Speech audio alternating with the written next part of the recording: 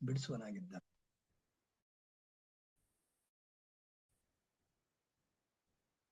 ಆದ್ರಿಂದ ನಾವು ಅಂದ್ಕೊಳ್ಳೋ ಕಷ್ಟಗಳನ್ನ ನಿನ್ನೆ ನಾವು ಅದನ್ನೇ ಓದಿದ್ದಲ್ವಾ, ಆ ಪಾಠಗಳನ್ನೇ ನಾವು ಜ್ಞಾನೋಕ್ತಿಗಳಲ್ಲಿ ಓದಿದ್ವು.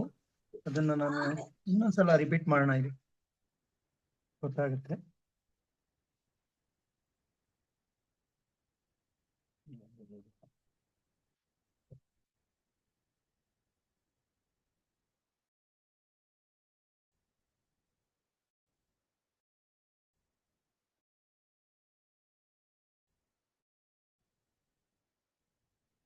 ವಿಪತ್ತಿಗೆ ಹಿಗ್ಗುವನು ದಂಡನೆಯನ್ನು ಹೊಂದದಿರನು, ಇದು ಮನುಷ್ಯನ ವಿಷಯದಲ್ಲಿ ಸ್ವಾಮಿ ಹೇಳುವಂತ ಮಾತು.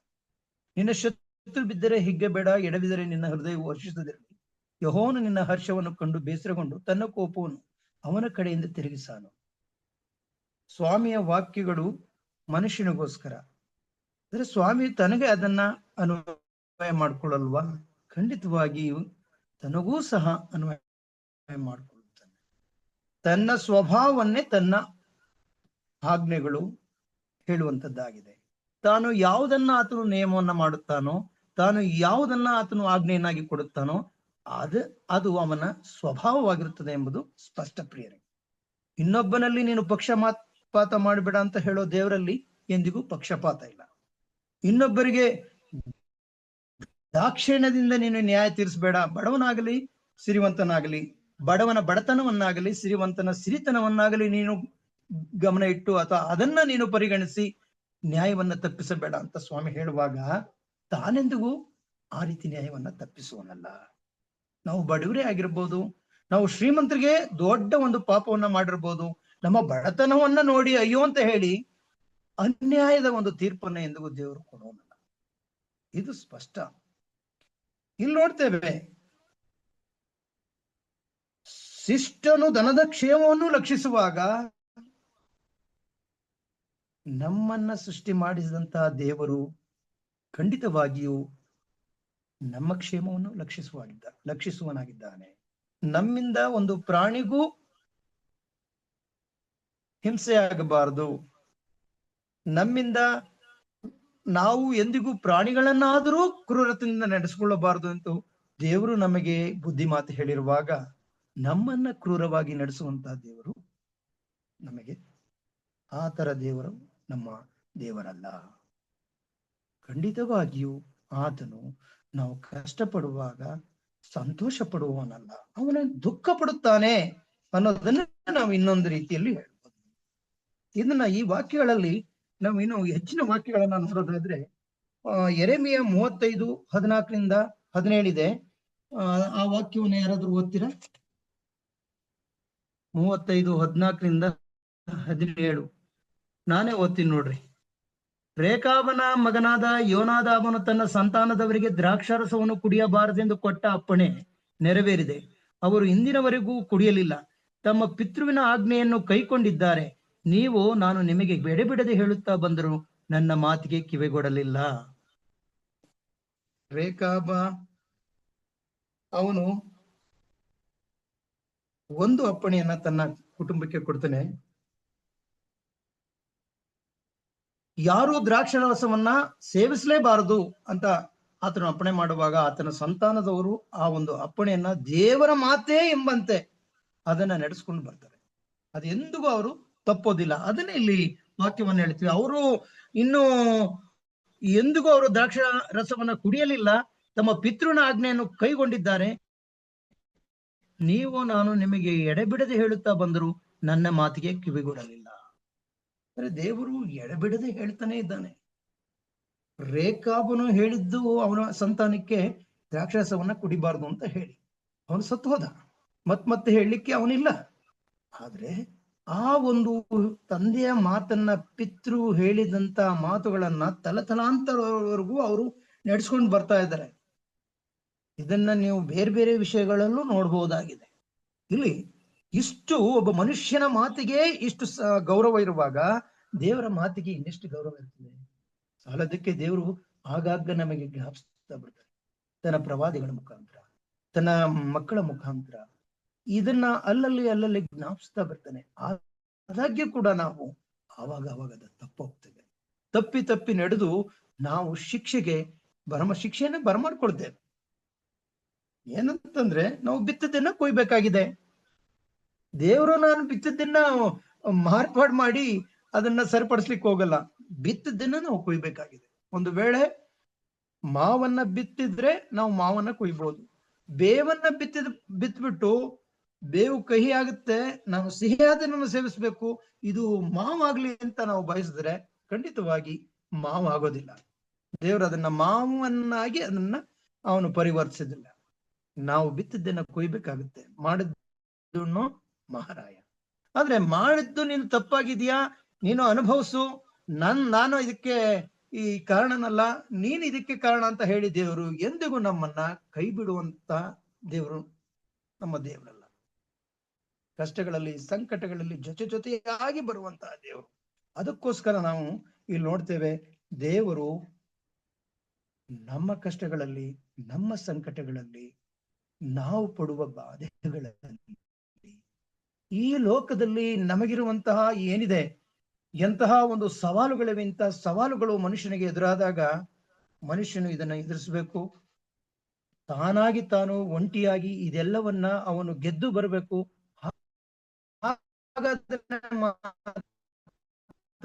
ನನ್ನ ರಾಜ್ಯಕ್ಕೆ ಅವನು ಯೋಗ್ಯನಂತೂ ಎಂದು ದೇವರು ಅಂದ್ಕೊಂಡಿಲ್ಲ. ಮನುಷ್ಯನು ಬಲಹೀನನು. ನಮ್ಮ ಪ್ರಕೃತಿಯನ್ನ ಆತನು ಬಲ್ಲವನಾಗಿದ್ದಾನೆ. ನಮ್ಮ ಪ್ರಕೃತಿಯನ್ನು ಬಲ್ಲಂತಹ ದೇವರು ನಾವು ಎಡವಿ ಬಿದ್ದಾಗ ಸಂತೋಷ ಪಡದೆ ನಮ್ಮನ್ನ ಎತ್ತುವಂತಹ ದೇವರಾಗಿದ್ದಾನೆ. ಸಕಾಲದಲ್ಲಿ ನಮಗೆ ಬೇಕಾಗಿರುವಂತಹ ಸಹಾಯವನ್ನ ಮೇಲಿಂದ ಒದಗಿಸಿ ನಮ್ಮನ್ನು ಮತ್ತೆ ಎದ್ದು ನಡೆಯುವಂತೆ ಮಾಡುತ್ತಾನೆ.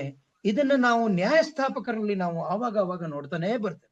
ನ್ಯಾಯಸ್ಥಾಪಕರು 2ನೇ ಅಧ್ಯಾಯವನ್ನ ನೋಡ್ರಿ, 2:13-14. ನ್ಯಾಯಸ್ಥಾಪಕರು 2:13-14ನೇ ವಾಕ್ಯವನ್ನ ಯಾರಾದ್ರೂ ನೀವು ಓದ್ರಿ.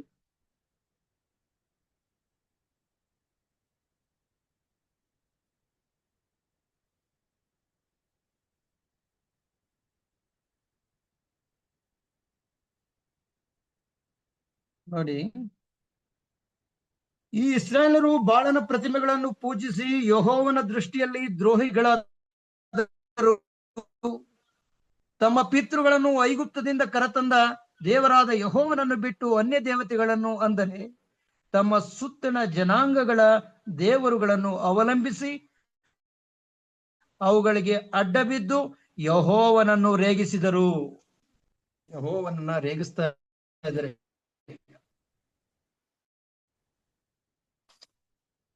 ಯಾಗಿದ್ದಾನೆ?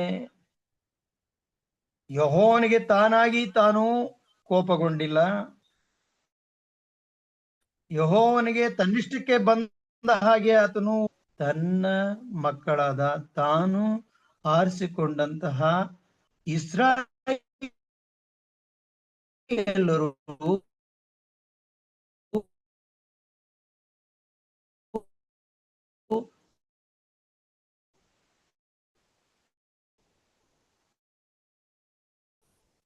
ತನ್ನನ್ನ ಬಿಟ್ಟು ಬಾಣದ ಯೆಹೋವನನ್ನು ರೇಗಿಸ್ತಾರೆ. ಎಷ್ಟು ಬೇಗ ದೇವರನ್ನ ಮರೆತರು ನೋಡಿ. ಐಗುಪ್ತ ದೇಶದಿಂದ ಭುಜಬಲ ಪರಾಕ್ರಮದಿಂದ ಎಲ್ಲಾ ಉಪದ್ರವಗಳನ್ನ, ಪೀಡೆಗಳನ್ನ ಅವರ ಮೇಲೆ ಪ್ರಯೋಗಿಸಿ ತಾನು ಎಂತ ದೇವರು ಅನ್ನೋದನ್ನ ಅವರಿಗೆ ತೋರಿಸಿ ಕನಿಕರದಿಂದ ಅವರ ಜೀವನ ಪರ್ಯಂತ ಸುಮಾರು ಅವರು 40 ವರ್ಷಗಳು ಅಲ್ಲಿ ಅಲೆದಾಡಿದ್ರು. ಆ ಒಂದು ಅರಣ್ಯದಲ್ಲಿ ಐಗುಪ್ತವನ್ನ ಬಿಟ್ಟು ಕಾನಾನ್ ದೇಶದಲ್ಲಿ ಅವರು ಒಂದು ಜನಾಂಗವಾಗಿ ನೆಲೆಗೊಳ್ಳುವಂತಹ ಒಂದು ಸಂದರ್ಭದವರೆಗೆ ಸುಮಾರು 40 ವರ್ಷಗಳು ಹಿಡಿಯಿತು. ಆ 40 ವರ್ಷಗಳಲ್ಲಿ ಅವರು ಬಿತ್ತಲಿಲ್ಲ, ಬೆಳೆಯಲಿಲ್ಲ, ಕುಯ್ಯಲಿಲ್ಲ. ಅವರು ಹಾಕಿಕೊಂಡಂತಹ ಒಂದು ಉಡುಪು ಹರಿದು ಹೋಗಲಿಲ್ಲ, ಕಾಲುಗಳು ಬಾತು ಹೋಗಲಿಲ್ಲ ಅಂತ ವಾಕ್ಯ ನಮಗೆ ಸ್ಪಷ್ಟವಾಗಿ ಹೇಳುತ್ತೆ. ಪ್ರಿಯರೇ, 40 ವರ್ಷಗಳ ಕಾಲ ಅವರು ಬಿತ್ತಲಿಲ್ಲ, ಬೆಳಿಲಿಲ್ಲ. ಹಾಗಾದ್ರೆ ಸುಮಾರು 20 ಲಕ್ಷಕ್ಕಿಂತಲೂ ಹೆಚ್ಚಿದ್ದ ಆ ಇಸ್ರಾಯೇಲರನ್ನ ಪಡೆದವರು ಯಾರು? ಅವರಿಗೆ ಬೇಕಾದ್ದೆಲ್ಲವನ್ನ ಹೊತ್ತಿಗೆ ಅವರಿಗೆ ಒದಗಿಸಿಕೊಟ್ಟವರು ಯಾರು? ದೇವರೇ. 40 ವರ್ಷಗಳ ಕಾಲ ಅವರು ಬಿತ್ತಲಿಲ್ಲ, ಬೆಳೆಯಲಿಲ್ಲ. ಹಾಗಾದ್ರೆ 20 ಲಕ್ಷಕ್ಕಿಂತಲೂ ಹೆಚ್ಚಿದ್ದ ಆ ಇಸ್ರಾಯೇಲರನ್ನ ಪಡೆದವರು ಯಾರು? ಅವರಿಗೆ ಬೇಕಾದ್ದೆಲ್ಲವನ್ನ ಹೊತ್ತಿಗೆ ಅವರಿಗೆ ಒದಗಿಸಿಕೊಟ್ಟವರು ಯಾರು? ಎಲ್ಲವನ್ನ ಒದಗಿಸಿ ಸುತ್ತಮುತ್ತ ಜನಾಂಗಗಳು ಸೇವಿಸುತ್ತಿದ್ದಂತಹ ದೇವರಿಗೆ ಅವರು ಅಡ್ಡ ಬಿದ್ದು ಆರಾಧನೆ ಮಾಡುವಾಗ ಖಂಡಿತವಾಗಿ ದೇವರಿಗೆ ದೋಷ ಕೋಪ ಬರುವಂತದ್ದಾಗಿತ್ತು. ಆದ್ರೆ ಅವರು ಕಷ್ಟಪಡುವಾಗ ಸ್ವಾಮಿ ಯಾವಾಗಲೂ ಅವರ ಮೊರೆಯನ್ನ ಆಲಿಸ್ತಾನೆ. ಅದನ್ನು ತಾನೇ ನಾವು ಇಲ್ಲಿ ನೋಡ್ತಾ ಹೋಗ್ತೇವೆ. ದೇವರು ತನ್ನ ಜನರನ್ನು ಎಲ್ಲಿಯ ತನಕ ಶ್ರಮಿಸಲಿದ್ದಾನೆ ಮತ್ತು ಎಲ್ಲಿಯವರೆಗೆ ಅವರು ಪಶ್ಚಾತ್ತಾಪಪಟ್ಟು ತನ್ನೊಂದಿಗೆ ರಾಜಸಂಧಾನ ಮಾಡಿಕೊಳ್ಳುತ್ತಾರೆಂಬುದರ ಮೇಲೆ ಈ ಸತ್ಯವು ದೃಷ್ಟಾಂತವಾಗಿ ತಿಳಿಸಲ್ಪಟ್ಟಿದೆ. ತನ್ನ ಪ್ರವಾದಿಗಳ ಮೂಲಕ ದೇವರು ತನ್ನ ಜನರನ್ನು ಪದೇ ಪದೇ ತನ್ನ ಬಳಿಗೆ ಹಿಂದಿರುಗುವಂತೆ ಕರೆದಿದ್ದಾನೆ. ಅದನ್ನ ಯೆರೆಮೀಯದಲ್ಲೂ ನಾವು ನೋಡಿದ್ದೇವೆ. ಕೀರ್ತನೆ 81:11-14 ನಾವು ನೋಡ್ತೇವೆ. ಇದನ್ನ ಕೀರ್ತನೆ 81:11-14 ನಾವು ಇದನ್ನ ನೋಡ್ತೇವೆ. ನೋಡಿ ಹೇಗಿದೆ ಅಂತಂದ್ರೆ, ನನ್ನ ಪ್ರಜೆಗಳಾದ ಇಸ್ರಾಯೇಲರು ನನ್ನ ಮಾತನ್ನು ಕೇಳಿ ನನ್ನ ಮಾರ್ಗದಲ್ಲಿ ನಡೆದರೆ ಎಷ್ಟೋ ಒಳ್ಳೆಯದು. ನಾನು ಅವರ ಎದುರಾಳಿಗಳ ಮೇಲೆ ಕೈ ಎತ್ತಿ ಅವರ ಶತ್ರುಗಳನ್ನು ಸುಲಭವಾಗಿ ಅಣಗಿಸುವೆನು. ಯೆಹೋವನ ದ್ವೇಷಿಗಳು ಅವರ ಮುಂದೆ ಮುದುರಿಕೊಳ್ಳುವರು, ಅವರಾದರೂ ಸದಾಕಾಲವೂ ಇರುವರು. ನಾನು ಅವರಿಗೆ ಶ್ರೇಷ್ಠವಾದ ಗೋಧಿಯನ್ನು ಊಟಕ್ಕೆ ಕೊಟ್ಟು ಬಂಡೆಯೊಳಗಿನ ಜೇನಿನಿಂದ ತೃಪ್ತಿಪಡಿಸುವನು ಎಂಬುದಾಗಿ ಸ್ವಾಮಿ ಹೇಳ್ತಾರೆ. ಇಷ್ಟೆಲ್ಲ ಮಾಡಿದಾಗಿಯೂ ಅವ್ರ ಮೊರೆ ಇಟ್ಟಾಗ್ಲೆಲ್ಲ ಸ್ವಾಮಿ ಅವರ ಮೊರೆಯನ್ನ ಕೇಳಿಸ್ಕೊತಾನೆ. ಅವರ ಮೊರೆಗೆ ಸದುತ್ತರವನ್ನ ದಯಪಾಲಿಸ್ತಾನೆ. ಅವರನ್ನ ಕಷ್ಟಗಳಿಂದ ಬಿಡಿಸ್ತಾನೆ, ಅನ್ಯಾಯದಿಂದ ಅವರನ್ನ ಬಿಡಿಸ್ತಾನೆ. ಇದೆಲ್ಲವನ್ನ ನಾವು ಎಲ್ಲಿ ನೋಡ್ತೇವೆ ಅಂತಂದ್ರೆ, ಅವರನ್ನ ಆ ಒಂದು ಬಾಬೆಲ್ ಸಂಸ್ಥಾನಕ್ಕೆ ಒಯ್ಯಲ್ಪಟ್ಟು ಅವರು ಸರಿಯಾಗಿ ಅಲ್ಲಿ ಕಷ್ಟ ಅನುಭವಿಸುವಾಗ ಅವರಿಗೆ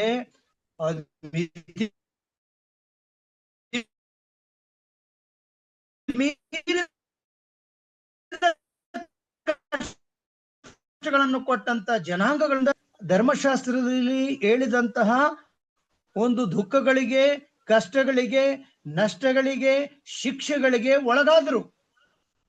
ಆ ಶಿಕ್ಷೆಯನ್ನ ಅರಿತುಕೊಂಡು, ಸ್ವಾಮಿ ನಾವು ನಿನಗೆ ವಿರೋಧವಾಗಿ ಪಾಪ ಮಾಡಿದ್ದೇವೆ, ನಮ್ಮ ಪಿತೃಗಳು ನಿಮಗೆ ಪಾಪ ಮಾಡಿದ್ದಾರೆ, ನೀನು ನಮ್ಮನ್ನ ರಕ್ಷಿಸಬೇಕು, ನೀನು ನಮ್ಮನ್ನ ಕೈ ಬಿಡಬಾರ್ದು ಅಂತ ಹೇಳುವಾಗ ದೇವರು, ನಿಮಗೆ ಸರಿಯಾದ ಶಾಸ್ತಿ ಆಯ್ತು, ನೀವು ಮಾಡಿದ ಪಾಪಗಳಿಗೆ ತಕ್ಕ ಒಂದು ಶಿಕ್ಷೆ ನಿಮಗಾಗಿದೆ, ಅನುಭವಿಸ್ರಿ ಅಂತ ಹೇಳಿ ಸಂತೋಷ ಪಟ್ಟುಕೊಂಡು ಎಂದೂ ಆತನು ಉಳಿಲಿಲ್ಲ.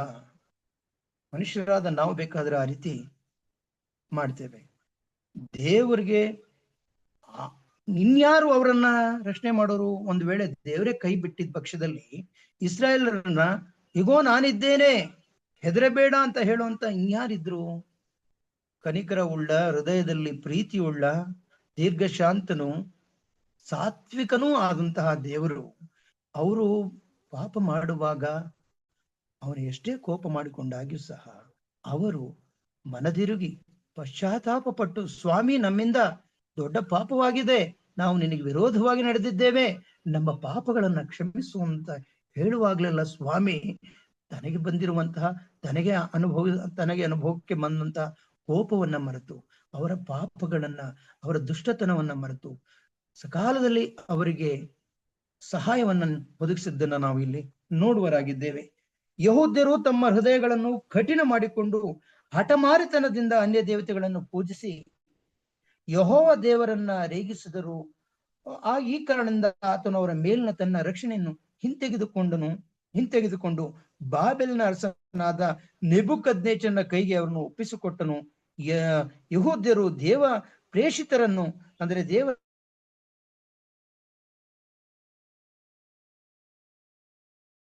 ಸಂದೇಶಕರನ್ನು ಗೇಲಿ ಮಾಡಿ ಆತನ ಮಾತುಗಳನ್ನು ತುಚ್ಛೀಕರಿಸಿ ಆತನ ಪ್ರವಾದಿಗಳನ್ನು ಹೀಯಾಳಿಸಿದರು. ಈ ಕಾರಣದಿಂದ ಬೇರೆ ದಾಪಿಸಿದನು. ಈ ಹಾಳು ಮಾಡಿದ ಕಾರಣದಿಂದ ದೇವರು ಅವರನ್ನು ಸಹ ಶಿಕ್ಷಿಸುವುದನ್ನು ನಾವು ಕಾಣುತ್ತೇವೆ. ಯಾರ ಕೈಗೆ ಇಸ್ರಾಯೇಲರ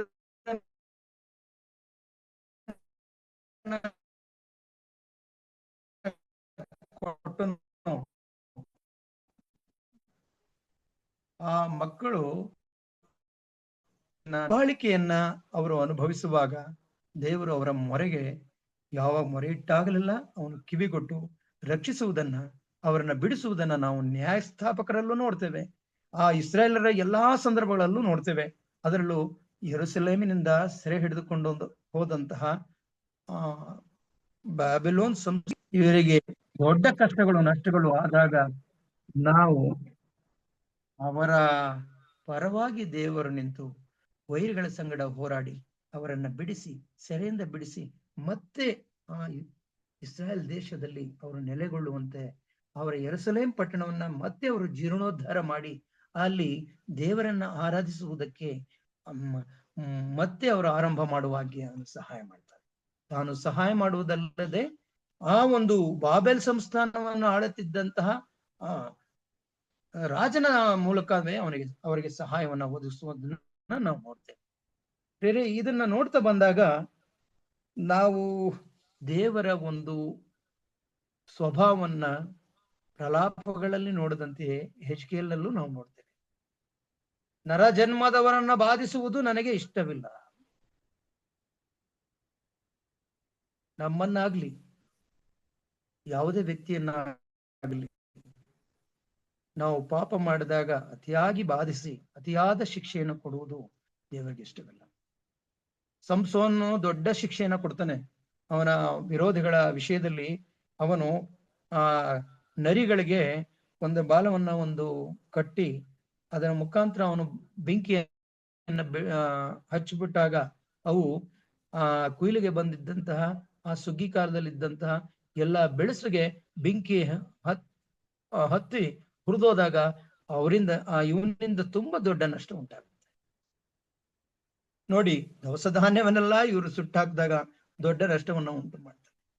ಆ ದೊಡ್ಡ ನಷ್ಟವನ್ನು ಉಂಟು ಮಾಡಿದಾಗ ಇವನಿಗೆ ಇಷ್ಟ ಆಗೋದಿಲ್ಲ, ಅದು ದೇವರಿಗೂ ಇಷ್ಟ ಆಗೋದಿಲ್ಲ. ನಾವು ನಮ್ಮ ವೈರಿಗಳನ್ನು ನಡೆಸ್ಕೊಳ್ಳುವಾಗ ಒಂದು ಪ್ರೀತಿಯಿಂದ ನಡೆಸ್ಕೊಳ್ಬೇಕು ಅಂತ ಹೇಳುವಾಗ ಸ್ವಾಮಿ ತನ್ನ ಜನರು, ತಾನು ಆಯ್ದುಕೊಂಡಂತಹ ಜನರು, ತಾನು ರಕ್ಷಿಸಬೇಕಾದಂತಹ ಒಂದು ಜನಾಂಗವನ್ನ ಅವರು ತಪ್ಪು ಮಾಡಿದಾಗಲೆಲ್ಲ, ಅವರು ಎಡವಿದಾಗಲೆಲ್ಲ ಸಂತೋಷಿಸದೆ ಅವರು ಮೊರೆ ಇಟ್ಟಾಗ ಆತನು ಕಿವಿಗೊಟ್ಟು ಅವರನ್ನು ರಕ್ಷಿಸುವುದನ್ನು ನಾವು ನೋಡುವರಾಗಿದ್ದೇವೆ. ದೇವರು ಯಾರನ್ನು ಶಿಕ್ಷಿಸಲು ನಾಶ ಮಾಡಲು ಬಯಸುವುದಿಲ್ಲ. ಇದು ದೈವಿಕ ಕೋಪ ಹಾಗೂ ರೋಷದ ಬಗ್ಗೆ ನಾವು ಹೊಂದಿರುವ ತಿಳುವಳಿಕೆಯ ಮೇಲೆ ಯಾವ ಪ್ರಭಾವ ಬೀರುತ್ತದೆ ನೋಡೋಣ. ದೇವರು ದೀರ್ಘಶಾಂತನು, ತಾಳ್ಮೆಯೂ ಉಳ್ಳವನು. ಅಂದ ಮೇಲೆ ನಾವು ತಪ್ಪು ಮಾಡಿದ ನಮ್ಮ ಬಗ್ಗೆ ಹೆಚ್ಚು ತಾಳ್ಮೆ, ದೀರ್ಘ ಹಿಂಸೆಯಿಂದ ಶೋಷಿತರಾದವರ ಬಗ್ಗೆಯೂ ಸಹ ಖಂಡಿತವಾಗಿ ದೇವರು ನಮಗೆ ಯಾವ ರೀತಿ ಒಂದು ಉದಾರ ಮನಸ್ಸಿನಿಂದ ನಮ್ಮನ್ನು ಕ್ಷಮಿಸಿದನು, ತನ್ನ ಪ್ರೀತಿಯಿಂದ ಸೆಳೆದುಕೊಂಡನು, ನಮ್ಮನ್ನ ಆತನು ಮತ್ತೆ ತನ್ನ ಬಳಿಗೆ ಸೇರಿಸಿಕೊಂಡು ಯಾವ ರೀತಿಯಲ್ಲಿ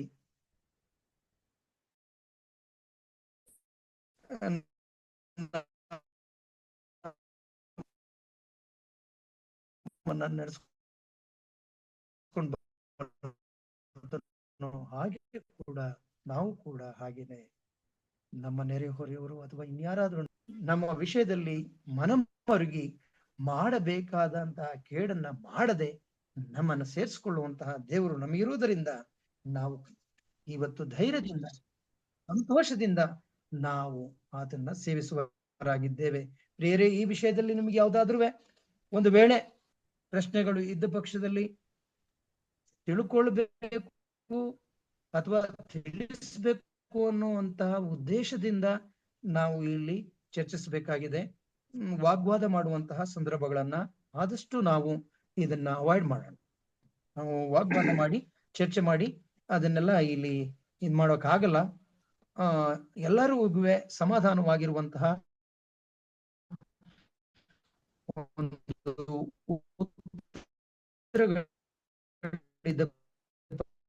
ಪಕ್ಷದಲ್ಲಿ ಅದು ದೇವರ ವಾಕ್ಯಾನುಸಾರವಾಗಿದ್ದ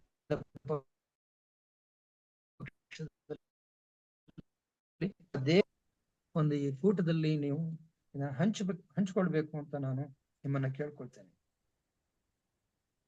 ಆಮೇಲೆ ಉತ್ತಮವಾದಂತ ರೀತಿಯಲ್ಲಿ ಇಂದಿನ ಪಾಠವನ್ನ ನಡೆಸ್ಕೊಟ್ಟಂತ ಹಿರಿಯರಾದಂತ ಚಿನ್ನಪ್ಪ ಸಾತ್ವಿಕ್ ಅವರಿಗೆ ನಾನು ವಂದನೆಗಳನ್ನ ಸಲ್ಲಿಸ್ತೇನೆ.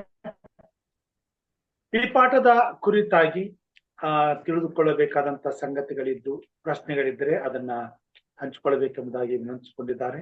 ಹಾಗೇನಾದ್ರು ಇದ್ರೆ ಸ್ವಲ್ಪ ಹೊತ್ತು ಅದಕ್ಕೆ ಸಮಯವನ್ನು ಕೊಡೋಣ. ಕಲಿಯುವ ಉದ್ದೇಶದಿಂದ, ತಿಳಿದುಕೊಳ್ಳುವಂತ ಉದ್ದೇಶದಿಂದ ಪ್ರಶ್ನೆಗಳಿದ್ರೆ ಅದನ್ನ ಕೇಳಬೇಕೆಂಬುದಾಗಿ ನಾನು ಕೇಳ್ಕೊಳ್ತೇನೆ.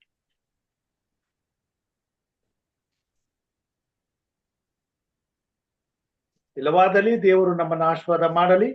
ನಾವು ಪ್ರಾರ್ಥನೆಗೆ ಹೋಗೋಣ. ಪ್ರಾರ್ಥನೆ ವಿಜ್ಞಾಪನೆಗಳಲ್ಲಿ ಏನಾದ್ರು ಇದ್ರೆ ದಯಮಾಡಿ ಅದನ್ನ ತಿಳಿಸ್ಕೊಡ್ಬೇಕೆಂಬುದಾಗಿ ಕೇಳ್ಕೊಳ್ತೇನೆ. ಈ ದಿನ ನಮ್ಮ ಜೊತೆಲಿ ಹಿರಿಯರಾದಂತಹ ಹೇಮಲತಮ್ಮ ಅವರು ಇದ್ದಾರೆ. ಅವರು ಪ್ರಾರ್ಥನೆಯಲ್ಲಿ ನಮ್ಮ ನಡೆಸ್ಕೊಡ್ಬೇಕೆಂಬುದಾಗಿ ಕೇಳ್ಕೊಳ್ತೇನೆ. ನಮ್ಮ ಬಳಿಯಲ್ಲಿ ಕೆಲವೊಂದು ವಿಜ್ಞಾಪನೆಗಳಿವೆ, ಅವುಗಳನ್ನ ನಿಮ್ಮ ಮುಂದೆ ನೆನಪು ಮಾಡ್ತೇನೆ. ಸಾಧ್ಯವಾದರೆ ಅವುಗಳನ್ನ ನೋಟ್ ಮಾಡ್ಕೊಡ್ರಿ. ಮತ್ತು ಯಾರಾದ್ರೂ ವಿಜ್ಞಾಪನೆಗಳಿದ್ರೆ ತಿಳಿಸ್ಬೇಕೆಂಬುದಾಗಿ.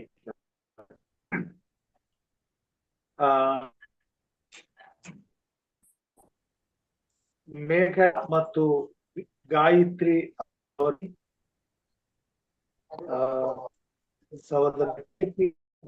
ಕುಟುಂಬಕ್ಕಾಗಿ,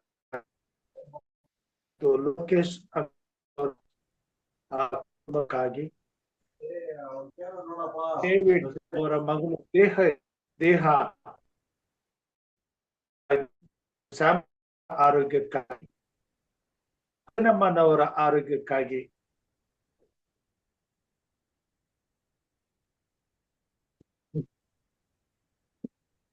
ಫಸ್ಟ್ ಇದು ಮೇಘನ ಗಾಯತ್ರಿಗೆ, ರವಿ ಮತ್ತು ಲೋಕೇಶ್, ಅಂಜನಮ್ಮ ಹಾಗೂ ಶ್ಯಾಮಲಮ್ಮ, ಆಮೇಲೆ ದೇಹ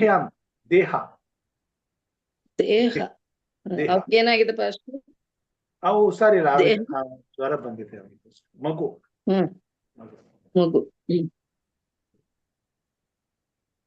ಆಯ್ತು,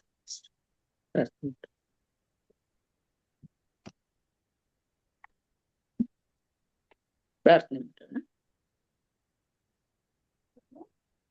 ಭೂಪರಲೋಕಗಳ ಏನಾಗಿರುವ ಸ್ವಾಮಿ, ಈ ಸಂಜೆ ವೇಳೆಯಲ್ಲಿ ನಮ್ಮನ್ನ ನಿನ್ನ ಸನ್ನಿಧಿಗೆ ಕರ್ತಂದು ನಿನ್ನ ವಾಕ್ಯಗಳನ್ನ ನಮ್ಮ ಹೃದಯಗಳಲ್ಲಿ ನೀನು ಮುಟ್ಟಿಸಿದ್ದಕ್ಕಾಗಿ ನಿನಗೆ ಕೋಟಿ ಸ್ತೋತ್ರಗಳನ್ನು ಸಲ್ಲಿಸ್ತೇವೆ ಸ್ವಾಮಿ. ಹೌದಪ್ಪ, ನೀನು ಕೋಪ ಮಾಡುವವನಲ್ಲ ಸ್ವಾಮಿ ತಂದೆ. ಸಂತೋಷದಿಂದ ನಮ್ಮನ್ನು ದುಃಖಪಡಿಸುವುದಿಲ್ಲ ಸ್ವಾಮಿ. ನಮ್ಮನ್ನು ದುಃಖಪಡಿಸುವುದರಲ್ಲಿ ನಿನಗೆ ಸಂತೋಷ ಇಲ್ಲ ಎಂಬುದನ್ನ ಈ ದಿವಸದಲ್ಲಿ ಸ್ವಾಮಿ ನಿನ್ನ ಭಕ್ತರ ಮೂಲಕ ನಮಗೆ ವಿವರವಾಗಿ ತಿಳಿಸಿಕೊಟ್ಟಿದ್ದಕ್ಕಾಗಿ ನಿನಗೆ ಕೋಟಿ ಸ್ತೋತ್ರಗಳನ್ನು ಸಲ್ಲಿಸ್ತೇವೆ. ಹೌದು ಸ್ವಾಮಿ, ಪಾಪಿಗಳನ್ನ ನೀನು ಪ್ರೀತಿಸಿ ಸ್ವಾಮಿ, ಅವರ ಪಾಪಗಳಿಗೆ ಶಿಕ್ಷೆ ಕೊಡುವ ಉದ್ದೇಶದಿಂದ ಅವರನ್ನ ಕೋಪ, ಸಾತ್ವಿಕ ಕೋಪ ಮಾಡಿಕೊಂಡು ಸ್ವಾಮಿ ತಂದೆಯಾದ ದೇವರೇ, ನಿನ್ನ ಬಳಿಗೆ ಬರ್ಲಿಕ್ಕಾಗುವಂತೆ ನಿನ್ನ ಮಕ್ಕಳನ್ನ ನೀನು ತೊರೆದು ಬಿಡದೆ ಅವರು ನಿನ್ನ ನಿತ್ಯ ರಾಜ್ಯದಲ್ಲಿ ಪಾಲುಗಾರರಾಗುವ ಹಾಗೆ ನೀನು ಅವಕಾಶ ಮಾಡಿಕೊಡುತ್ತಿಸ್ವ. ಇದನ್ನ ಅರಿತ ನಾವು ಕೂಡ ಅಪ್ಪ ತಂದೆ ನಿನ್ನ ಸನ್ನಿಧಿಯಲ್ಲಿ ಕುಳಿತು ಈ ವಾಕ್ಯಗಳನ್ನ ಕಲಿಯುವಾಗ ಸ್ವಾಮಿ ನಮ್ಮನ್ನ ಶೋಧನೆಗಳಿಂದ ಬಿಡಿಸು ಸ್ವಾಮಿ. ನಿನ್ನ ಕೋಪಕ್ಕೆ ಒಳಗಾಗದಂತೆ, ನಿನ್ನ ಶಿಕ್ಷೆಗೆ ಒಳಗಾಗದ ಹಾಗೆ ನಮ್ಮನ್ನ ನಿನ್ನ ಹೆಜ್ಜೆ ಜಾಡಿನಲ್ಲಿ ಸ್ವಾಮಿ. ಈ ವಾಕ್ಯಗಳು ನಮ್ಮನ್ನು ಬಲಪಡಿಸಲಪ್ಪ ಸ್ವಾಮಿ. ಇದರ ಮೂಲಕ ಸ್ವಾಮಿ ನಾವು ನಿನ್ನ ಸನ್ನಿಧಿಯ ಮಕ್ಕಳಾಗಿ ನಿನಗೆ ಘನಮಾನ ಸ್ತುತಿ ಸ್ತೋತ್ರಗಳನ್ನು ಸಲ್ಲಿಸುವಂತೆಯೂ ಎಲ್ಲರ ಮೂಲಕ ನೀನು ಮಹಿಮೆ ಹೊಂದುವಂತೆಯೂ ಸಂತೋಷದಿಂದ ಇರುವ ಹಾಗೂ ಸ್ವಾಮಿ ಇನ್ನ ಕೃಪೆ ಮಾಡಿ ನಡೆಸಪ್ಪ ತಂದೆಯೇ. ಈ ವಾಕ್ಯಗಳನ್ನ ನಮಗೆ ದಯಪಾಲಿಸಿಕೊಟ್ಟಂತ ನಿನಗೆ ಸ್ತೋತ್ರಪ್ಪ. ಹಾಗೂ ಈ ಒಂದು ವೇದಿಕೆಯನ್ನು ಒದಗಿಸಿಕೊಟ್ಟಂತ ನಿನ್ನ ಪ್ರಿಯ ದಾಸರನ್ನು ನೀನು ಶಿರಸ್ಸು ಸ್ವಾಮಿ. ಆ ಮಗನ ತಂದೆ ಪಾಸ್ಟರ್ ರಾಜರು ದಿನವೂ ಬೆಳಗ್ಗೆ ಮತ್ತು ಸಂಜೆ ನಿನ್ನ ಸನ್ನಿಧಿಯಲ್ಲಿ ನಿನ್ನ ವಾಕ್ಯಗಳನ್ನ ಹಂಚಲಿಕ್ಕೆ ಸದಾ ವೇದಿಕೆಯನ್ನು ಸಿದ್ಧಗೊಳಿಸುವಾಗ ಅಪ್ಪ ತಂದೆ ಅವರಿಗಿರುವಂತ ಸಮಸ್ಯೆಗಳನ್ನ, ನೋವು ಮತ್ತು ಕಾತುರತೆಯನ್ನ ನೀನು ಬಲ್ಲಾತನಾಗಿದ್ದೀಯ ತಂದೆ. ಆ ಮಗನಿಗೆ ಬೇಕಾದ ನಿನ್ನ ಆತ್ಮನ ಬಲದಿಂದ ನಿನ್ನ ಸಹಾಯ ಹಸ್ತವನ್ನ ಚಾಚಿಸುವ ಹಾಗೂ ಸ್ವಾಮಿ, ವಾರವೆಲ್ಲ ನಮಗೆ ನಿನ್ನ ವಾಕ್ಯವನ್ನು ಹಂಚಿಕೊಟ್ಟ ಪ್ರಿಯ ಮಗನನ್ನ ನೀನು ಇನ್ನೂ ಬಲಪಡಿಸು. ನಿನ್ನ ವಾಕ್ಯದ ಅನೇಕ ತಲಾಂತುಗಳ ಮೂಲಕ ನಮ್ಮೆಲ್ಲರಿಗೆ ಆಳವಾದ ಅಧ್ಯಯನದ ಮೂಲಕ ಸ್ವಾಮಿ ವಿಷಯಗಳನ್ನ ತಿಳಿಸಿ ಹೃದಯಗಳಲ್ಲಿ ಮಾತನಾಡುವಂತೆ ಮಾಡಿದ್ದಕ್ಕಾಗಿ ನಿನಗೆ ಸ್ತೋತ್ರ ಕೃತಜ್ಞತೆಗಳನ್ನು ಸಲ್ಲಿಸ್ತೇವೆ ಸ್ವಾಮಿ. ಹಾಗೂ ಕೂಡಿ ಬಂದಂತ ಪ್ರತಿಯೊಬ್ಬೊಬ್ಬ ಸದಸ್ಯರು ಹಾಗೂ ಅವರ ಕುಟುಂಬ ವರ್ಗದವರನ್ನ ನೀನು ಆಶೀರ್ವದಿಸು. ನಿನ್ನ ವಾಕ್ಯವನ್ನು ಕೇಳಿ ಅದರಂತೆ ನಡೆಯುವ ಶಕ್ತಿಯನ್ನ ನಮಗೆ ದಯಪಾಲಿಸಿಕೊಡಪ್ಪ. ಸೈತಾನ್ ಶೋಧನೆಗಳಿಗೆ ಸಿಕ್ಕಿ ಬೀಳದಂತೆ ಎಚ್ಚರವಾಗಿದ್ದು ನಿನ್ನ ಸನ್ನಿಧಿಯ ಮಕ್ಕಳಾಗಿ ಜೀವಿಸಿ ಅಪ್ಪ, ನಿನ್ನ ಎರಡನೇ ಬರೋಣದಲ್ಲಿ ನಾವು ನಿನ್ನ ಜೊತೆಯಲ್ಲಿ ಬರ್ಲಿಕ್ಕ ನಿನ್ನ ನಿತ್ಯ ರಾಜ್ಯದ ಸೌಭಾಗ್ಯವನ್ನ ಪಡೆಯಲಿಕ್ಕ ನಮ್ಮನ್ನೇ ನಿನ್ನ ಹಾದಿಯಲ್ಲಿ ನಡೆಸು ಸ್ವಾಮಿ. ಕೊಟ್ಟಂತ ಈ ಎಲ್ಲ ಅವಕಾಶಗಳಿಗಾಗಿ ಕೋಟಿ ಸ್ತೋತ್ರಗಳನ್ನು ಸಲ್ಲಿಸ್ತೇವೆ ಅಪ್ಪ. ಈ ಒಂದು ದಿನಗಳಲ್ಲಿ ಪ್ರಕೃತಿಯ ವಿಕೋಪಗಳಿಂದ ಮತ್ತು ಹವಾಮಾನದ ವ್ಯತ್ಯಾಸದಿಂದ ನಾನಾ ರೀತಿಯ ಕಷ್ಟ, ಸಂಕಟ, ನೋವು, ಬೇನೆಗಳು ಸಂಭವಿಸಿರುವಾಗ ಅನೇಕ ಮಕ್ಕಳು ಬಲಹೀನರಾಗಿ ನಾನಾ ರೀತಿಯ ಶಾರೀರಿಕ ವೇದನೆಗಳಿಗೆ ಒಳಗಾಗಿದ್ದಾರೆ. ಇಂಥ ಮಕ್ಕಳನ್ನ ಸ್ವಾಮಿ ನಿನ್ನ ಕೃಪಾಕರಗಳಿಗೆ ಒಪ್ಪಿಸಿಕೊಡ್ತೇವೆ ಅಪ್ಪ ತಂದೆ. ನಿನ್ನ ಸನ್ನಿಧಿಗೆ ಬರಲು ನಮ್ಮಲ್ಲಿ ಯಾವುದೇ ಪಾಪ ದೋಷಗಳಿದ್ದರೆ ದಯಮಾಡಿ ಕ್ಷಮಿಸಿ. ನಮ್ಮ ಪ್ರಾರ್ಥನೆಗಳಿಗೆ ನಮ್ಮ ಪಾಪಗಳು ಅಡ್ಡಿಯಾಗಿದ್ದರೆ ನಿನ್ನ ಕ್ಷಮಾಪಣೆ ಬೇಕು ತಂದೆ. ಈ ಪ್ರಾರ್ಥನೆಗಳನ್ನ ನೀನು ಲಾಲಿಸಿ ಸದುತ್ತರವನ್ನ ದಯಪಾಲಿಸಿಕೊಡು ಸ್ವಾಮಿ. ನಿನ್ನಲ್ಲಿ ಭರವಸೆ ಇಟ್ಟಂತ ನಿನ್ನ ಮಕ್ಕಳು ಸ್ವಾಮಿ ಅನೇಕರು ಗುಣ ಹೊಂದಿ ನಿನಗೆ ಸಾಕ್ಷಿ ನೀಡಿದಂತ ಈ ಒಂದು ವೇದಿಕೆಯನ್ನು ನಮಗೆ ಕೊಟ್ಟಿದ್ದೆ ತಂದೆ. ಈಗಲೂ ಕೂಡ ಅನೇಕ ಮಕ್ಕಳು ನಿನ್ನ ಸನ್ನಿಧಿಯಲ್ಲಿ ತಮ್ಮ ಅಹವಾಲುಗಳನ್ನು ಸಲ್ಲಿಸಿರುವ ಅದನ್ನ ಸ್ವಾಮಿ ನೀನು ಸ್ವೀಕರಿಸ್ಬೇಕು ತಂದೆ. ದೇವ್ರೆ, ಅವರನ್ನು ನೀನು ಶಮನಗೊಳಿಸಿ ಶಾಂತಿ ನೆಮ್ಮದಿಯಿಂದ ಜೀವಿಸುವ ಅವಕಾಶ ಒದಗಿಸಿಕೊಡ್ಬೇಕು ಅಪ್ಪ ತಂದೆ. ಈಗ ಅನೇಕ ಮಕ್ಕಳ ಬಗ್ಗೆ ನಿನ್ನ ಸನ್ನಿಧಿಯಲ್ಲಿ ಮೊರೆ ಇಡುವಾಗ ಸ್ವಾಮಿ ನಿನ್ನ ಕರುಣೆ ತೋರಿಸು ತಂದೆಯಾದ ದೇವರೇ. ಸಹೋದರಿ ಮೇಘನ, ಗಾಯತ್ರಿ ನಿಮ್ಮ ಮಗಳನ್ನ ನಿನ್ನ ಕೃಪೆಯುಳ್ಳ ಹಸ್ತಕ್ಕೆ ಒಪ್ಪಿಸ್ಕೊಡ್ತೇನೆ. ಆಪರೇಷನ್ ಆಗಿ ಮಗಳು ಚಿಕಿತ್ಸೆ ಪಡೆಯುವಾಗ ಎಲ್ಲ ನೋವು ಬೇನೆಗಳಿಂದ ಬಿಡುಗಡೆ ಕೊಡಿಸು ತಂದೆ. ಮಗಳ ಶರೀರದಲ್ಲಿ ಲವಲವಿಕೆಯನ್ನ ಕೊಟ್ಟು ಸ್ವಾಮಿ ನಿನ್ನನ್ನು ಆರಾಧಿಸುವಂತೆ ನಿನ್ನ ಸನ್ನಿಧಿಗೆ ಬರ್ಲಿಕ್ಕೆ ಆಗುವಂತೆ ನಿನ್ನ ಕೃಪಾಶೀರ್ವಾದ ಅದೇ ರೀತಿಯಲ್ಲಿ ತಂದೆಯಾದ ದೇವರೇ, ಸಹೋದರ ರವಿ ಬಳ್ಳಾರಿಗೋಸ್ಕರ ಬೇಡ್ಕೊಳ್ತೇನೆ. ಆ ಮಗನ ಕುಟುಂಬ ಜೀವಿತವನ್ನ ನೀನು ಬಲಹತ್ತನಾಗಿದ್ದೆ. ಆ ಮಗನಿಗೆ ನಿನ್ನ ಆತ್ಮನ ಬಲ ಬೇಕಿದೆ ತಂದೆ. ಆ ಕುಟುಂಬವನ್ನ ನಿನ್ನ ಹತೋಟಿಯಲ್ಲಿಟ್ಟು ಸ್ವಾಮಿ, ಈ ಲೋಕದ ಜೀವಿತವು ಶಾಶ್ವತವಲ್ಲ. ಇರುವಷ್ಟು ದಿನಗಳಲ್ಲಿ ಸಂತೋಷ ಸಮಾಧಾನದಿಂದ ನಮಗೆ ನೀನು ಕೊಟ್ಟಂತ ಈ ದಾಂಪತ್ಯ ಜೀವಿತವನ್ನ ಯಶಸ್ವಿಯಾಗಿ ನಾವು ಪೂರೈಸಬೇಕೆಂಬ ತಿಳುವಳಿಕೆಯನ್ನು ಕೊಟ್ಟು ಅದರಂತೆ ನಡೆಯುವಂತೆ ಈ ಮಗನಿಗೆ ನಿನ್ನ ಕರುಣೆ ತೋರಿಸು ಸ್ವಾಮಿ. ಎಲ್ಲಾ ರೀತಿಯ ಸೌಲಭ್ಯಗಳನ್ನು ಸಹಾಯ ಹಸ್ತವನ್ನು ಚಾಚಿ ನಡೆಸಿ ಕಟ್ಟುಪಡಿಸಿ ಹಾಗೂ ತಂದೆಯೇ, ಸಹೋದರಿ ಶ್ಯಾಮಲಮ್ಮ ಆ ಮಗಳು ಚೇತರಿಸಿಕೊಳ್ಳುತ್ತಿರುವಾಗ ಆ ಮಕ್ಕಳ ಸಂಪೂರ್ಣ ಸ್ವಸ್ಥತೆಗಾಗಿ ನಿನ್ನ ಮುಂದೆ ಮೊರೆ ಇಡ್ತೇನಪ್ಪ.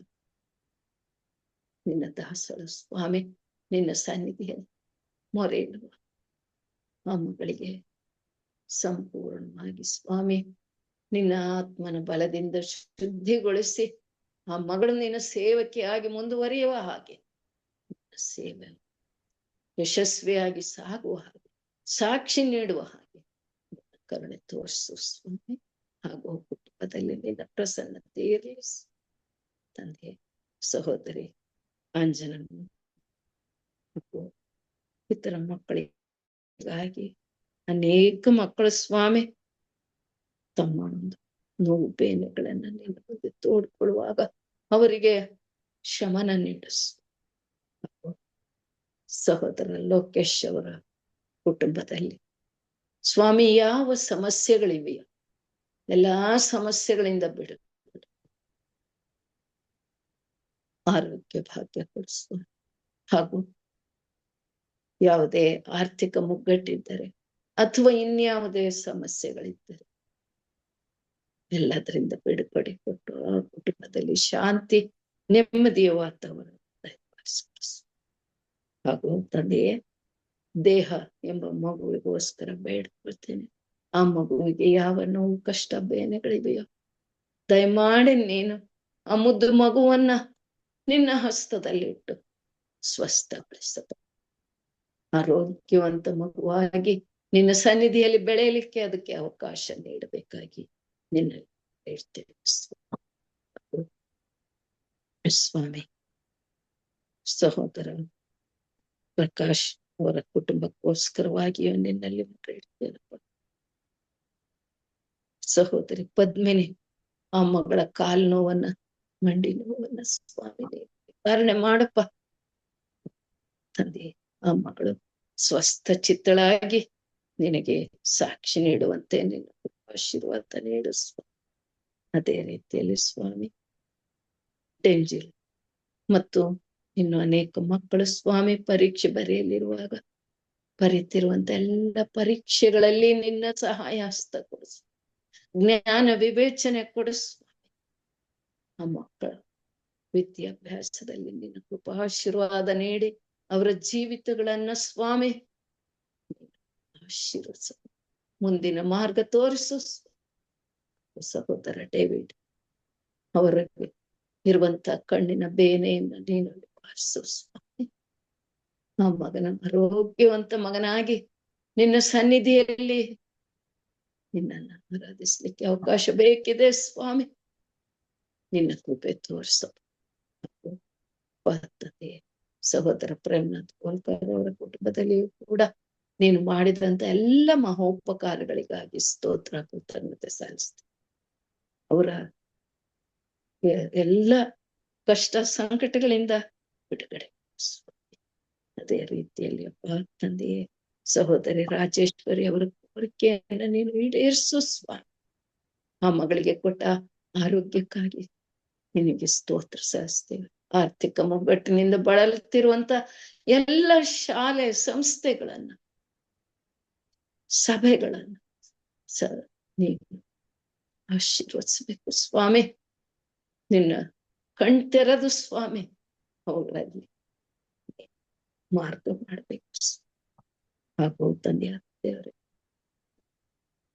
ಶಿವರಾಜ್ ಜಾಂಟೆ ಪಾಸ್ಟರ್ ಅವರಿಗೆ ಕೊಟ್ಟಂತ ಆರೋಗ್ಯಕ್ಕಾಗಿ ಅವರು ಮಾಡ್ತಿರುವ ಸೇವೆಗಾಗಿ ನಿನಗೆ ಸ್ತೋತ್ರ ಕೃತ. ಇನ್ನು ಸಂಪೂರ್ಣ ಆರೋಗ್ಯವಂತರ ನಿನ್ನ ಸೇವೆಯಲ್ಲಿ ತೊಡಗುವಂತ ಕೃಪೆ ಮಾಡಿ ಸ್ವಾಮಿ. ಹಾಗೂ ಮಗಳ ಆನೆಗೋಸ್ಕರ ಬೇಡ್ಕೊಳ್ತೇನೆ. ಆ ಮಗಳಿಗೆ ಗಂಟಲು ನೋವಿನಿಂದ ಸಂಪೂರ್ಣ ಸ್ವಸ್ಥಗೊಳಿಸಿ ಆ ಮಗಳು ನಿನ್ನ ಸೇವೆಯಲ್ಲಿ ತನ್ನನ್ನು ತೊಡಗಿಸಿಕೊಳ್ಳಿಕ್ಕ, ನಿನ್ನ ನಾಮವನ್ನ ಭಜಿಸಲಿಕ್ಕೆ ಆಗುವಂತೆ ಆ ಮಗಳನ್ನ ನೀನು ಅವಳ ಶಾರೀರವನ್ನ ನೀನು ಸರಿಪಡಿಸು, ಸ್ವಸ್ಥಗೊಳಿಸು ತಂದೆ. ಅನೇಕ ಉತ್ತಮ ಪಾಸ್ಟರ್ಗಳನ್ನ ನಮ್ಗೆ ನಿನ್ನ ವಾಕ್ಯವನ್ನ ಹಂಚಲಿಕ್ಕೆ ಒದಗಿಸಿ ಕೊಟ್ಟಿದ್ದಿ ಸ್ವಾಮಿ.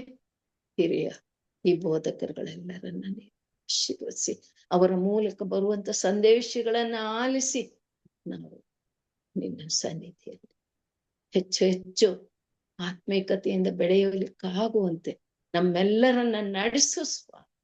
ಈ ಒಂದು ಕುಟುಂಬದಲ್ಲಿ ಸೇರಿರುವಂತ ಪ್ರತಿ ಒಬ್ಬೊಬ್ಬರನ್ನ ನೀನು ಹೆಸರಾಗಿ ಆಶೀರ್ವದಿಸಿ ಅವರ ಕಷ್ಟ ಸಂಕಟ ಬೇನೆಗಳಿಂದ ಬಿಡುಗಡೆ ಕೊಟ್ಟು ಶಾಂತಿ ನೆಮ್ಮದಿಯ ವಾತಾವರಣವನ್ನ ದಯಪಾಲಿಸಿಕೊಟ್ಟು ಅಪ್ಪ ತಂದೆ ಮತ್ತೊಮ್ಮೆ ಬೆಳಿಗ್ಗೆ ನಿನ್ನ ಸನ್ನಿಧಿಯಲ್ಲಿ ಸೇರಿ ನಿನ್ನನ್ನು ಆರಾಧಿಸುವ ಕೃಪೆ ಮಾಡಿ ನಡೆಸಿ ಕಾಯುತ್ತಾ ಬರಬೇಕಾಗಿ ನಿನ್ನ ಪರಿಶುದ್ಧ ನಾಮದಲ್ಲಿ ಅತ್ಯಂತ ವಿನಯದಿಂದ ಬೇಡ್ತೇನಪ್ಪ ತಂದೆ.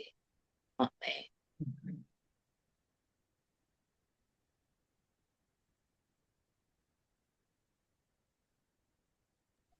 ಆಮೆನ್.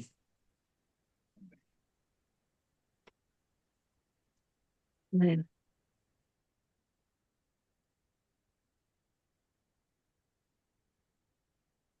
ಅಷ್ಟೇ ಪರಲೋಕದ ಪ್ರಾರ್ಥನೆ ಮಾಡಿಕೊಳ್ಳೋಣ. ಅಂತ್ಯಾಶೀರ್ವಾದವನ್ನ ಪಾಸ್ಟರ್ ಅಮಿತ್ ಅವರು ನೀಡಬೇಕೆಂಬುದಾಗಿ ಕೇಳ್ಕೊಳ್ತೇನೆ. ಪರಲೋಕದಲ್ಲಿರುವ ನಮ್ಮ ತಂದೆಯೇ, ನಿನ್ನ ನಾಮವು ಪರಿಶುದ್ಧವಾಗಿ ಎಣಿಸಲ್ಪಡಲಿ, ನಿನ್ನ ರಾಜ್ಯವು ಬರಲಿ, ನಿನ್ನ ಚಿತ್ತವು ಪರಲೋಕದಲ್ಲಿ ನೆರವೇರುವ ಪ್ರಕಾರ ಭೂಲೋಕದಲ್ಲಿಯೂ ನೆರವೇರಲಿ. ನಮ್ಮ ಅನುದಿನದ ಆಹಾರವನ್ನು ಈ ಹೊತ್ತು ನಮಗೆ ದಯಪಾಲಿಸಿಕೊಡು. ನಮಗೆ ತಪ್ಪು ಮಾಡಿದವರನ್ನು ನಾವು ಕ್ಷಮಿಸಿದಂತೆ ನಮ್ಮ ತಪ್ಪುಗಳನ್ನ ಕ್ಷಮಿಸು. ನಮ್ಮ ಅನುಶೋಧನೊಳಗೆ ಸೇರಿಸದೆ ಕೇಡಿನಿಂದ ತಪ್ಪಿಸು. ಯಾಕೆಂದರೆ ರಾಜ್ಯವು ಬಲವು ಮಹಿಮೆಯು ಸದಾಕಾಲ ನಿನ್ನದೇ ಸ್ವಾಮಿ. ಆಮೆನ್. ಅಂತ್ಯ ಆಶೀರ್ವಾದಕ್ಕಾಗಿ ತಲೆಬಾಗೋಣ. ನಮ್ಮ ಕರ್ತನಾದ ಯೇಸು ಕ್ರಿಸ್ತನ ಕೃಪೆಯು, ತಂದೆಯಾದ ದೇವರ ಪ್ರೀತಿಯು ಹಾಗೂ ಪವಿತ್ರಾತ್ಮನ ಐಕ್ಯತೆ, ಅನ್ಯೋನ್ಯತೆ, ಶಾಂತಿ, ಸಮಾಧಾನ, ಆರೋಗ್ಯ ಭಾಗ್ಯವು ಈ ದಿನ ವಯಸ್ಕರ ಸಭಾಶಾಲೆಯ ಪಾಠವನ್ನು ಹಂಚಿದಂತ ಹಿರಿಯರಾಗಿರುವಂತ ಚಿನ್ನಪ್ಪ ಸಾತ್ವಿಕ ಅವರ ಜೊತೆಯಲ್ಲಿಯೂ ಹಾಗೂ ಮುಕ್ತಾಯದ ಪ್ರಾರ್ಥನೆ ಮಾಡಿದಂತ ಹೇಮಲತಾ ಅಮ್ಮನವರ ಜೊತೆಯಲ್ಲಿಯೂ ಹಾಗೂ ಪಾಸ್ಟರ್ ಯಮರಾಜ್ ಅವರ ಸೇವೆ ಜೊತೆಯಲ್ಲಿಯೂ ಹಾಗೂ ಕೂಡಿ ಬಂದಿರತಕ್ಕಂಥ ಎಲ್ಲರ ಜೊತೆಯಲ್ಲಿಯೂ ಪ್ರಾರ್ಥನೆ ವಿಜ್ಞಾಪನ ಜೊತೆಯಲ್ಲಿಯೂ ಇಂದು ಎಂದು ನಿತ್ಯ ನಿರಂತರಕ್ಕೂ ನಿಮ್ಮ ಆಶೀರ್ವಾದವು ನೆಲೆಯಾಗಿರಲಿ ತಂದೆಯೇ. ಆಮೇನ್. ಆಮೆನ್. ಈ ದಿನದ ಪಾಠಕ್ಕಾಗಿ ಹಿರಿಯರಾದಂತ ಚಿನ್ನಪ್ಪ ಸಾತ್ವಿಕ್ ಅವರಿಗೆ ವಂದನೆಗಳನ್ನ ಸಲ್ಲಿಸ್ತೇನೆ. ಹಾಗೂ ಆರಂಭದ ಪ್ರಾರ್ಥನೆ ಮಾಡಿದಂತ ಸಹೋದರಿ ಸವಿತಾ ಅವರಿಗೂ, ಉತ್ತಮವಾದ ಹಾಡನ್ನ ಹಾಡಿದಂತ ಸಹೋದರಿ ವರಲಕ್ಷ್ಮಿ ಅವರ ಮಗಳಿಗೂ ಅವರಿಗೂ, ಹಾಗೂ ಮುಕ್ತಾಯದ ಪ್ರಾರ್ಥನೆ ಮಾಡಿದಂತ ಹಿರಿಯರಾದಂತ ಹೇಮಲಮ್ಮ ಅವರಿಗೂ, ಅಂತ್ಯ ಆಶೀರ್ವಾದವನ್ನು ನೀಡಿದಂತ ಬೋಧಕರಾದಂತ ಅಮಿತ್ ಅವರಿಗೂ ನಾನು ತುಂಬ ಹೃದಯವಾದ ಧನ್ಯವಾದಗಳನ್ನ ಸಲ್ಲಿಸ್ತೇನೆ. ಕರ್ತನು ನಮ್ಮೆಲ್ಲರನ್ನ ಆಶೀರ್ವಾದ ಮಾಡಲಿ. ಈ ರಾತ್ರಿ ಅನುದಿನವೂ ಪಾಲಿಸುವಂತಹ ದೇವರು ನಮ್ಮೆಲ್ಲರನ್ನ ಪಾಲಿಸಿ ಸುಖ ನಿದ್ರೆ ಸುಕ್ಷೇಮಗಳನ್ನ ಕೊಟ್ಟು ಬೆಳಗನ್ನ ಕಾಣುವಂತ ಕೃಪೆ ತೋರಿ ನಾಳಿನ ದಿನವನ್ನು ಆತನ ಘನತೆಗಾಗಿ ಕಳೆದು ಆತನ ಮಹಿಮೆ ಪಡಿಸಲು ನಮ್ಮನ್ನು ಆಶೀರ್ವದಿಸಲಿ ಎಂದು ಬೇಡುತ್ತಾ ಎಲ್ಲರನ್ನ ಕರ್ತನ ಕೃಪಾಸ್ತಿ ಒಪ್ಪಿಸಿಕೊಡ್ತೇನೆ. ಮತ್ತೆ ನಾಳೆ ಬೆಳಗ್ಗೆ ಮತ್ತು ಸಾಯಂಕಾಲ ಕರ್ತನ ಕೃಪಾ ಸನ್ನಿಧಾನಕ್ಕೆ ಕೂಡಿ ಬರುವಾಗೆ ಕರ್ತನು ನಮ್ಮನ್ನು ನಡೆಸಲಿ. ಎಲ್ಲರಿಗೂ ಶುಭವಾಗಲಿ. ಎಲ್ಲರಿಗೂ ಶುಭ ರಾತ್ರಿಯನ್ನು ಕೋರ್ತೇನೆ. ದೇವರು ನಮ್ಮನ್ನು ಆಶೀರ್ವಾದ ಮಾಡಲಿ. Thank you pastor. Thank you. ಧನ್ಯವಾದ. ವಾಕ್ಯ ತಿಳಿಸ್ಕೊಟ್ಟ ಹಿರಿಯರಿಗೂ ಧನ್ಯವಾದಗಳು.